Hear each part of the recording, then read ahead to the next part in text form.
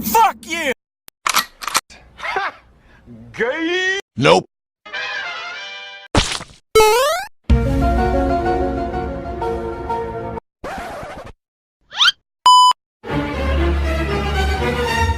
It was at this moment that Nathan knew.